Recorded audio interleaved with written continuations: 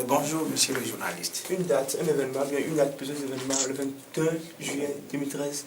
D'abord, ça cache quoi plutôt cette date-là? C'est ce que j'ai toujours dit au peuple togolais. Ça cache ce que j'appelle la colère des esprits. Vous n'êtes pas sans savoir que le Togo est dominé ou est sous l'emprise des forces obscures qui nous tendent des pièges et qui incarnent souvent des événements malheureux auxquels nous sommes tous spectateurs. Alors, prophète, nous allons, si on le veut, mais si on peut le dire ainsi, aux élections le 21 juillet. Est-ce que ces élections ont leur raison d'être aujourd'hui? Le 21 juillet 2013 n'est pas la bienvenue. Et j'avais dit tout de suite ici que lorsqu'on se rend dans la Sainte Bible, dans la tribu des fils d'Issachar, ceux qui s'occupent du calendrier divin, quand on ramasse tous ces chiffres et on fait la somme, on a le chiffre 7. Il dit que cet esprit a 7 têtes assis sur 4 pieds et encore caché pour piéger le Togolais et verser le sang des innocents. Alors, qu'est-ce que vous faites, prophète? D'abord, pour nous, les hommes de Dieu, nous allons prier pour qu'il y ait, comme on l'appelle, une entente entre l'opposition et le pouvoir afin qu'on élargisse les avantages et qu'on pousse les dates et qu'un dialogue franc et sincère ait lieu. Alors, si le pouvoir s'entête à organiser des élections, si ça se tenait, à quoi pourrait-on s'attendre dans le jour à venir?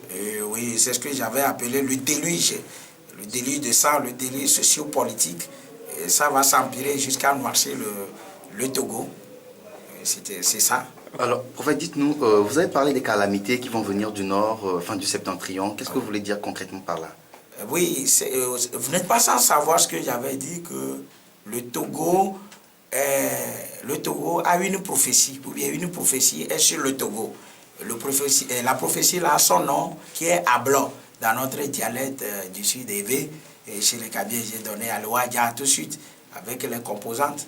Donc, il est dit, puisque la prophétie là, bien que j'ai annoncé les choses dans les mots, dans les oracles des païens, cela ne signifie pas que je suis un bokono ou bien un devin.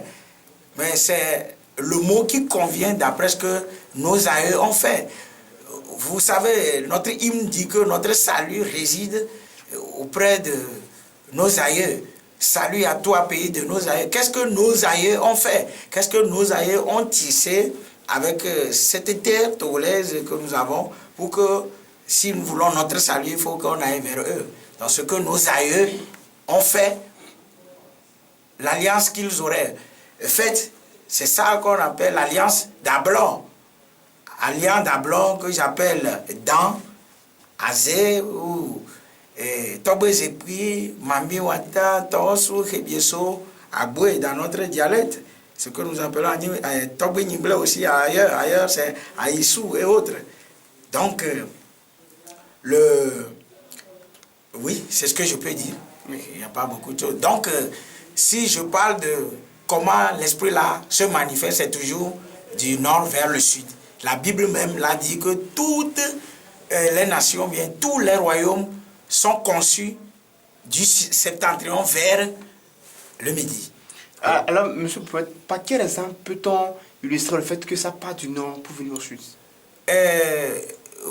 Je vous avais dit, entre-temps, beaucoup d'événements, si vous voulez observer, qui ont toujours eu lieu sur la terre de nos aïeux au Togo, ont toujours pris leur point de départ au nord. C'est quand les gens du nord bousculent un peu que ça germe au sud ici. Sans la gestation de ceux du nord, le sud n'évolue pas. Et quand vous voyez dans presque tous les pays, les présidents ont quand même un des parents qui vient du nord. Mais on n'a jamais eu une souche pure du sud qui puisse prendre le trône. Et la Bible l'a bien confirmé dans Jérémie 1, verset 14 à 15. Alors, prophète, vous... Et donc, pour ces événements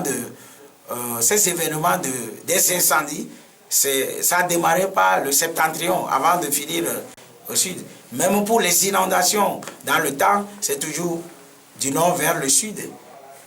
C'est beaucoup de choses que je peux interpréter comme ça. Alors, qu'est-ce que Dieu vous a dit par rapport à la mort d'Uti Sinalingue? Mais c'est encore un message codé au peuple togolais. C'est un message, puisque le Seigneur aime tant cette nation qui regorge donc toutes les caractéristiques de toutes les nations africaines.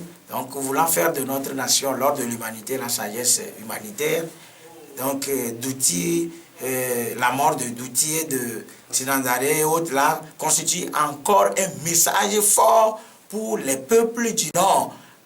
C'est-à-dire aux peuples du Nord qu'on ne veut pas qu'ils soient informés de ce qui se passe au Sud. Donc Dieu est obligé de les réveiller par ce message codé au chiffre 12 et au chiffre 22. Et que ce peuple que d'autres veulent est plongé dans l'ignorance totale, afin que demain, ça soit encore nos problèmes ou bien nos angoisses. C'est bref ça, qui est donc l'incarnation, bien ce que veut signifier la mort de ces deux messieurs-là. Merci. Merci.